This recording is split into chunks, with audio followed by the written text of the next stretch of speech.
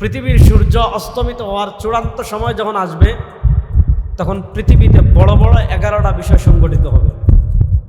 কয়টা বিষয়? মাদ্রাসার ছাত্ররা বলেন কয়টা বিষয়? 11টা বিষয়। এই 11টা বিষয়কে বলা হয় আশরাতুস সাআতিল কুবরা। এই 11টাকে বিষয়কে বলা হয় কিয়ামতের বড় বড় আলামত।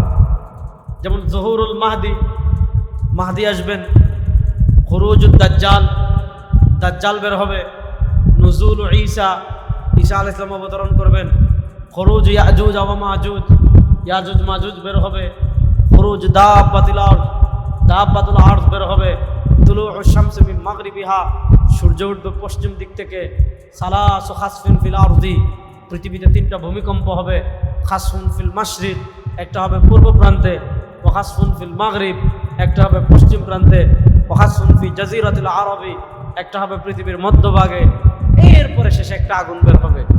এগুলা হলো পৃথিবী ধ্বংসের শেষ আলামত। অর্থাৎ পৃথিবীর বয়স যখন একদম শেষ দিকে চলে আসবে তখন কিয়ামতের এই বড় বড় 11টা আলামত প্রকাশিত হবে। এই সাহাবী জিজ্ঞাসা করলেন, ইয়া রাসূলুল্লাহ, কিয়ামত কবে হবে, আর কতদিন বাকি আছে? আল্লাহ নবী সাল্লাল্লাহু আলাইহি ওয়াসাল্লাম জবাব দিচ্ছেন, বুইস্তু আনা ওয়াস-সাআ কাহাতাইন, আওয়াজ করে, বুইস্তু আনা ওয়াস-সাআ কাহাতাইন। আল্লাহ নবী সাল্লাল্লাহু আলাইহি ওয়াসাল্লাম জবাব দিচ্ছেন, আমি আর কিয়ামত। আপনি যদি আমাকে জিজ্ঞেস করেন, রেজাল্ট কেন আপনার সাহেব, আপনার এই 2 আঙ্গুলের মধ্যে দূরত্ব কতটুকু, আমি বলবো এই 2 আঙ্গুল খুবই কাছাকাছি। আল্লাহ নবী সাল্লাল্লাহু আলাইহি ওয়াসাল্লাম বলেন, আমি পৃথিবীতে আসার অর্থ হলো পৃথিবী ধ্বংসের বেশি দিন বাকি নাই। হাতের 1 আঙ্গুল থেকে আরেক আঙ্গুল যেমন খুবই কাছে, আল্লাহ নবী সাল্লাল্লাহু আলাইহি ওয়াসাল্লাম বলেন আমার থেকে কিয়ামত ততটুকু কাছে। মানে আমি দুনিয়াতে আসার অর্থ হলো পৃথিবী ধ্বংসের বেশি দিন বাকি। এবার আসেন মূল কথায় আসেন। পৃথিবীর বয়স সীমা যখন একদম শেষ দিকে চলে আসবে,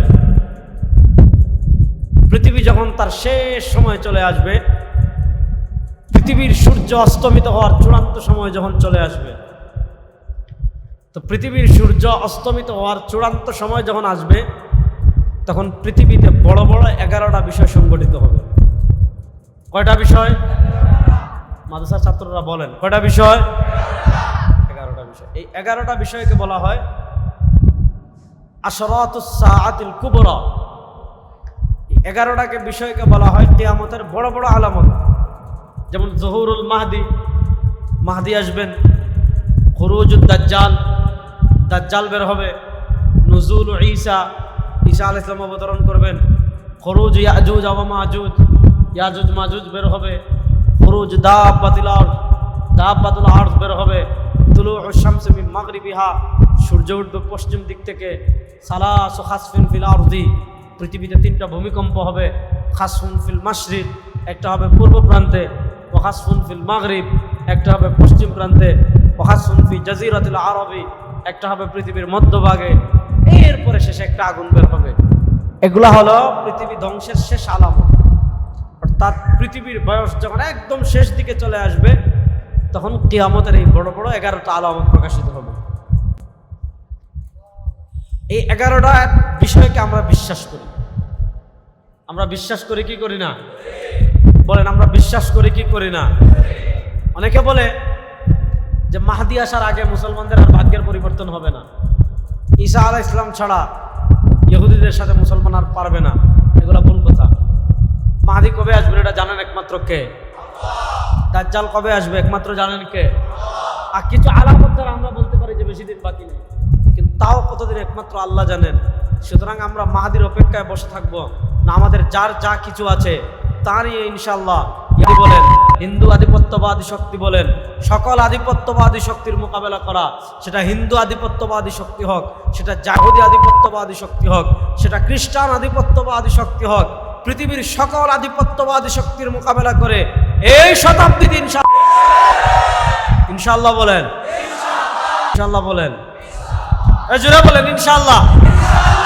আর বেশি দিন বাকি নাই বাংলাদেশ সরকার।